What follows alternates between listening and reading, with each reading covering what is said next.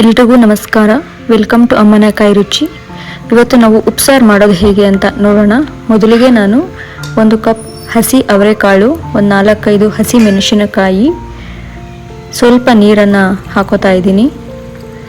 ಈ ನೀರಿಗೆ ನಾನು ರುಚಿಗೆ ತಕ್ಕಷ್ಟು ಉಪ್ಪು, ಬೇಯಿಸಲಿಕ್ಕೆ ಇದನ್ನು ನಾನು 2 ವಿಷಿಲ್ ಕುಕ್ಕರ್ ಕೂಗಿಸ್ಕೋತೀನಿ. 2 ವಿಷಿಲ್ ಆದಮೇಲೆ ಇದು ಬೆಂದಿದೆ. ಇದನ್ನು ನೀರನ್ನ ನಾನು ಸೋರಿಸ್ಕೋತೀನಿ.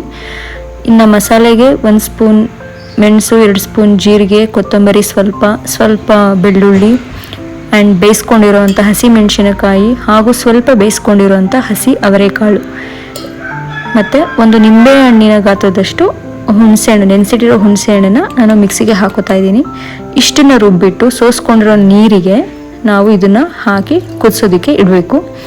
ಸೊ ಈ ಕಡೆ ಪಲ್ಯಕ್ಕೆ ಒಗ್ಗರಣೆಗೆ ಸ್ವಲ್ಪ ಎಣ್ಣೆ, ಸಾಸಿವೆ, ಜೀರಿಗೆ ಹಾಕಿ ಚಿಟ ಆದಮೇಲೆ, ಸಾಸಿವೆ ಕಾದ್ಮೇಲೆ ಸ್ವಲ್ಪ ಒಣಮೆಣಸಿನಕಾಯಿ ಮತ್ತು ಕರಿಬೇವು, ನಂತರ ಸ್ವಲ್ಪ ಬಾಡಿಸ್ಕೊಂಡು ಅದಕ್ಕೆ ಸಣ್ಣದಾಗಿ ಹಚ್ಕೊಂಡಿರೋ ಅಂಥ ಎರಡು ಈರುಳ್ಳಿ ಹಾಕ್ಕೊಂಡು ಸ್ವಲ್ಪ ಬಾಡಿಸ್ಕೋಬೇಕು.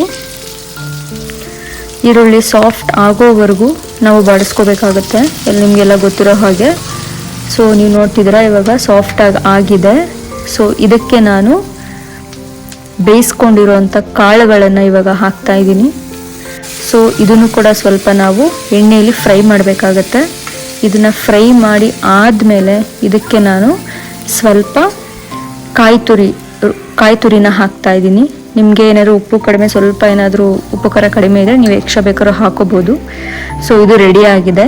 ಸೊ ಇಲ್ಲಿ ಸಾಂಬಾರು ಸಹ ಕುದ್ದಿದೆ, ಸಾಂಬಾರು ಸಹ ರೆಡಿಯಾಗಿದೆ. ಸೊ ಬಿಸಿ ಬಿಸಿ ಮುದ್ದೆ ಜೊತೆಗೆ ಇದು ಸವಿಯಲು ಸಿದ್ಧ.